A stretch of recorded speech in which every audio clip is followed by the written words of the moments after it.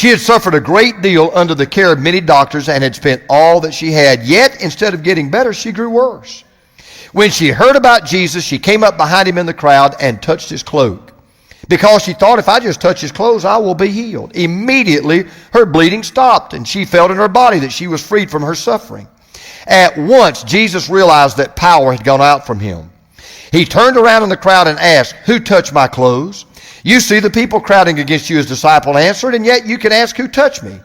But Jesus kept looking around to see who had done it. Then the woman, knowing what had happened to her, came and fell at his feet, and trembling with fear, told him the whole truth. He said to her, "Daughter, your faith has healed you. Go in peace and be freed from your suffering." It is an amazing story. Jesus is surrounded by this tremendous crowd, and people are pushing and shoving just to get a look at him. People are saying, "I just want to be able to say to my kids one day, I saw Jesus. I want to be able to go back to my neighbors and say, you'll never believe what happened to me today. I saw Jesus." Parents were holding their children up way above their heads just so they could get a glimpse of Jesus. And in all this hubbub, and all this pushing, and all this shoving, nobody even pays attention to this one little woman. Maybe she looked like Mother Teresa. Frail, sick, weak, timid, shy, and gingerly but firmly she's pressing her way through the crowd with this steely determination. She's made up her mind, I am going to reach out and I am going to touch the hem of this man's garment. And when she does, the Bible says this incredible miracle takes place. And as you're going to see in a moment, it wasn't just a physical miracle. It was a spiritual miracle. It was an emotional miracle. Because this miracle is all about someone who was hurting, who simply needed someone else to offer her the only two things that hurting people are ever looking for. You know what those two things are? Help and hope. That's all. Hurting people are just looking for help and for hope. And this is what I want you to take out the door with you when you go to your home this morning. God brings us hurting people so that we can offer them help and hope. God brings into our lives people who hurt so that we can give them help and hope. Now, as we look at this miracle through the lens of Mark's gospel, I want to zoom in on that little woman, and I want to see what she received from Jesus, because what she got from Jesus, believe it or not, is the exact same thing you and I can give to those who are hurting and helpless and hopeless. And by the way, I'm making an assumption here about every one of you in this room. I'm assuming that you care more about others than you do about yourself. I'm assuming that you really want to make a difference in somebody else's life. I'm assuming that you're tired of looking out for number one, and maybe you finally waking up and realize maybe there's more joy in life and more excitement in life when I start looking out for number two. So I'm going to make an assumption about all of us in this room today, and that is you really want to give help, and you really do want to give hope to hurting people. Now you say, well, that's true about me. Then let's see what the hem of the garment tells us this morning. Write these three things down. You can turn on the back of your order of service there. Number one, this miracle teaches us we need to give hurting people the addition of our presence. We need to give hurting people the addition of our presence. Now go look back in verse 25. And a woman was there who had been subject to bleeding for 12 years. She had suffered a great deal under the care of many doctors, had spent all that she had, and yet instead of getting better, she grew worse. Now, can I be honest and just very frank? We've got some doctors in the audience. They can kind of relate to this even better than I can. I'm not a woman, and I'm not going to lie to you. I really can't totally relate to what this lady was going through.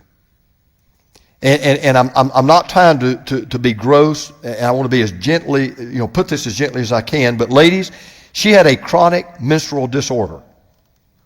She had this continuous flow of blood that had been going on for 12 years. Now, even in the 21st century, that would be an impossible condition to live with. But for a Jewish woman, nothing could be worse. I mean, just imagine this. 12 years, 24 hours a day, 7 days a week, 52 weeks a year, always continuously bleeding.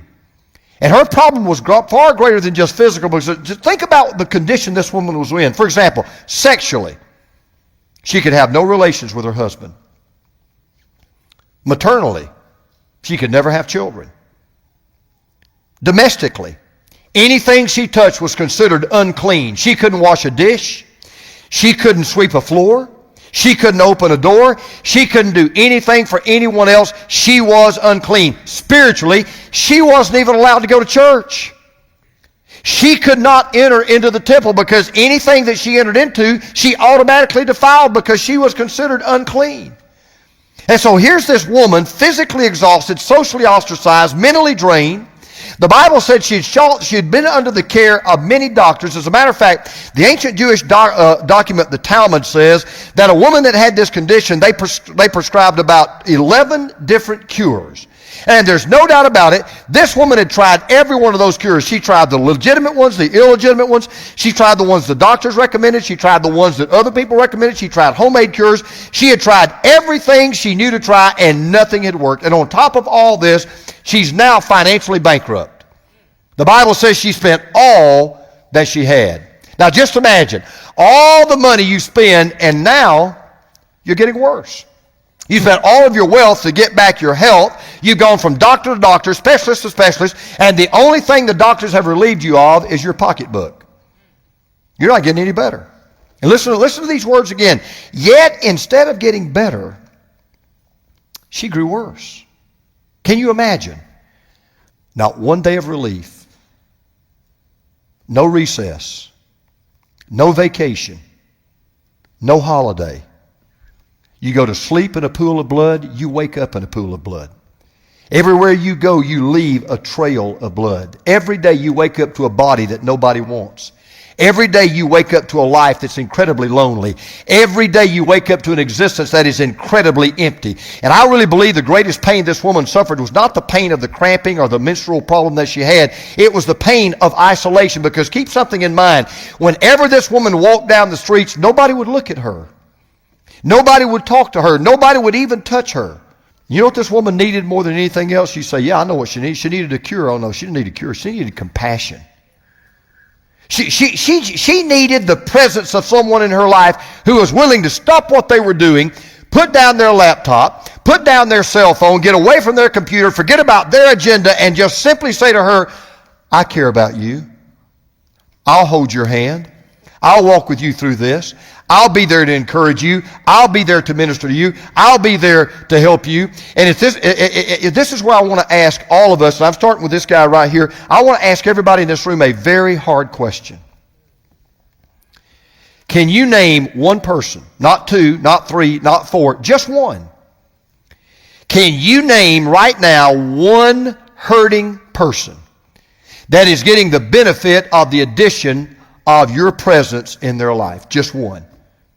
Is there somebody out there that's hurting and helpless and hopeless, and they know that you're the one person that's been there in the past, you're the one person who is there in the present, you're the one person who will be there in the future, because that's exactly what this woman needed. She just needed to know she was not in this battle by herself. She just needed to know, is there one person in this whole planet that gives a rip about me, that cares about me? And by the way, this little woman, she lives in your neighborhood. She lives right next door to you. You sit next to her in your high school classroom every day. You work right next to her in the cubicle at your office.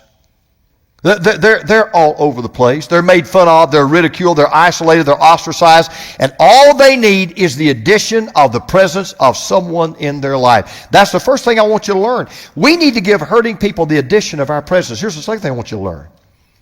We need to give hurting people the attention of our mind. Now, verse 27 tells us a boatload about Jesus. When she heard about Jesus, she came up behind him in the crowd and touched his cloak. Now, that sounds like she just kind of took a leisurely stroll up to Jesus and, kind of made sure nobody was kind of looking, and she kind of just pecked him on the shoulder, and, everything was fine. That really isn't what happened. You got to back up a few verses to get the reality of the situation. Look in verse 21. When Jesus had again crossed over by boat to the other side of the lake, a large crowd gathered around him while he was by the lake. Then one of the synagogue leaders named Jairus came, and when he saw Jesus, he fell at his feet.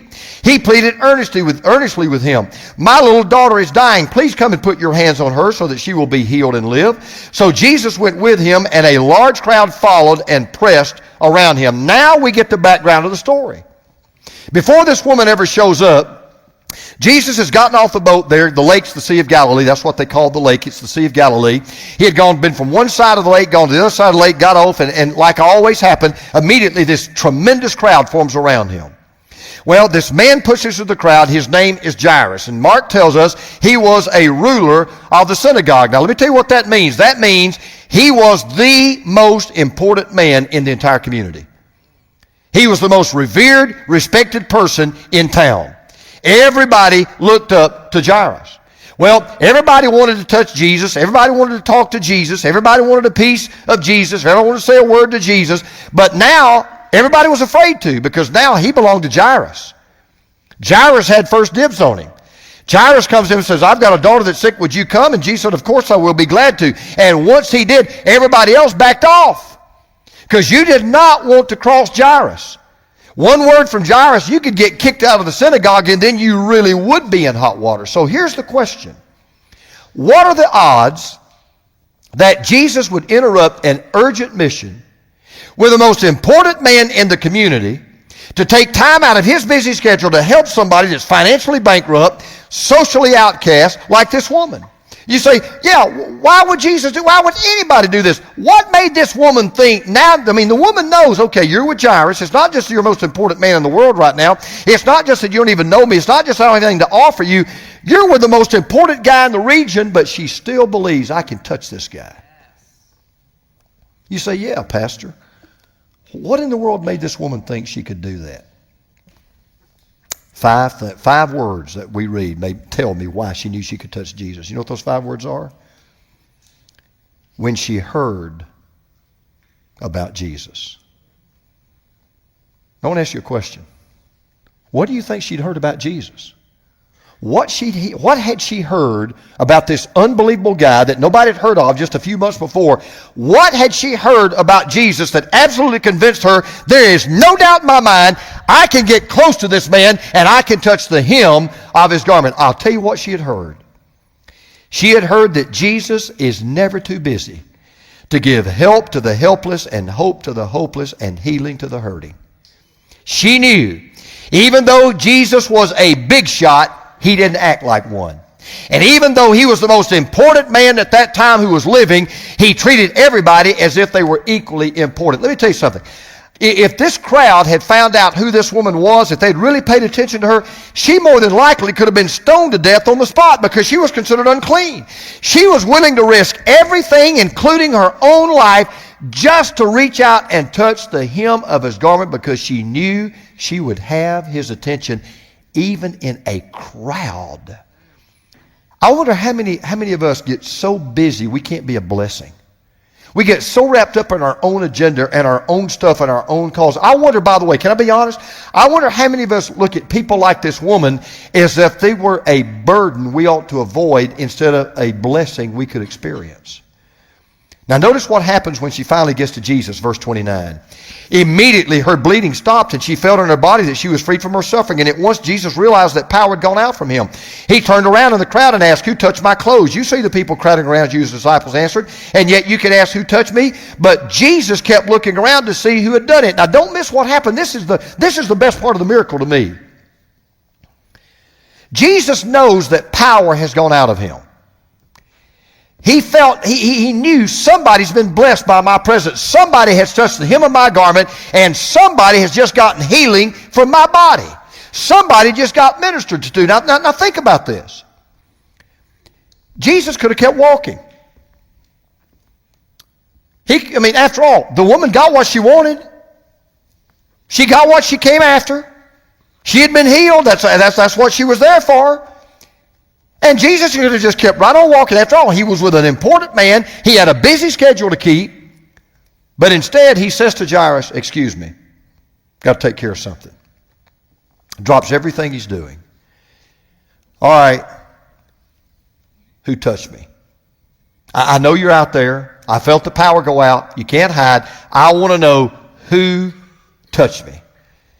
Jesus was saying, I'm not going anywhere and I'm not doing anything else until I give my full attention and all of my mind and all of my focus on this one person. Now, another hard question. When is the last time you dropped everything else you were doing and wrote a love letter to a hurting person? When is the last time you took someone that you knew was lonely out to lunch just to spend time with them? And listen, here's one for me. When is the last time you picked up the phone and called somebody even though you knew it would be a 30-minute conversation? When is the last time you fed a hungry person? When is the last time you clothed a poor person? When is the last time you went out of your way just to give attention to someone that you knew nobody else would give attention to? We've all been there. And I want you to remember something. Whenever a garment is touched, whenever a hem is touched, whether it's by the hand of an anemic woman in Galilee or it's the hand of a homeless person in Atlanta, Georgia, Jesus always stops. He never says, I'm too busy. He never says, I don't have time. He never says, what's in it for me? He never says, no thanks. He never says, let somebody else do it. Jesus always has the time to say, you are not unimportant because of what you don't have. You are very important because of who you are. And I want you to know right now, if nobody else cares about you, I care about you. That's what hurting people need. They need the addition of our presence in their life. They need the attention of our mind. And here's the last thing. We need to give hurting people the affection of our heart. Look in verse 33. Then the woman, knowing what had happened to her, came and fell at his feet, and trembling with fear, told him the whole truth. He said to her, daughter, your faith has healed you. Go in peace and be freed from your suffering. Now let me tell you something you're going to be glad that I did for you. Okay? You would not know what I'm about to tell you if I hadn't done my homework. So you be glad I did my homework. I just read to you two things that happened that never happened before in the Bible and never happened again in the Bible. Two things that had never happened before from Genesis through Matthew, and two things that never happened again from Mark through Revelation. Never. And Mark tells us both of them. Here's the first thing that happened, never happened before. Jesus heals somebody before he even really knows it. Usually Jesus always knew he was healing because he was involved in the healing. He was directly involved. But he had healed someone, and before he even really knew it, because when this woman touched him with his garment, the Bible says, power went out of him. She was healed.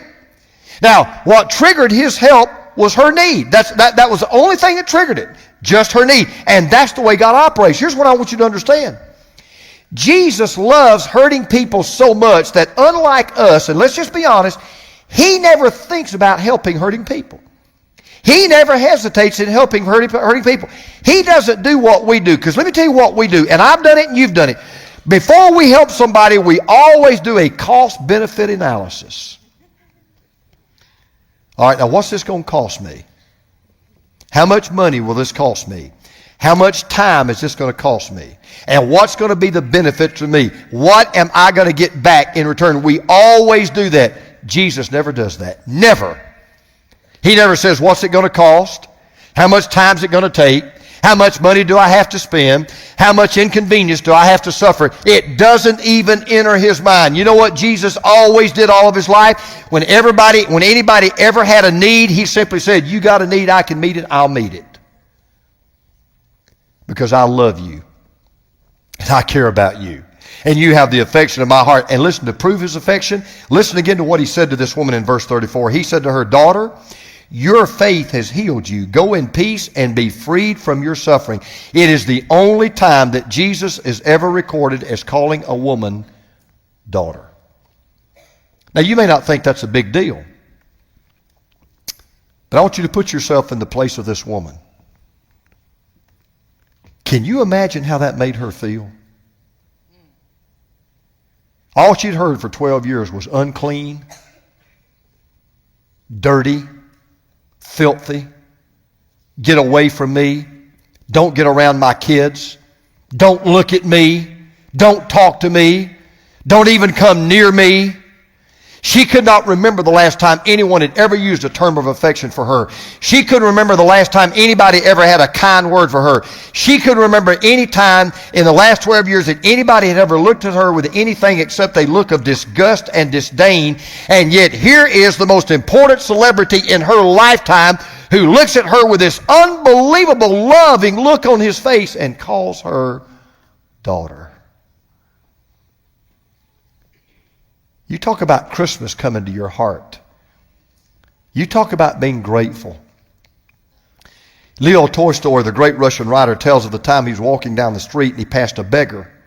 And he felt sorry for him and wanted to give him some money. He reached into his pocket only to realize he'd left his wallet at home. He didn't have any money. Well, he started just to pretend.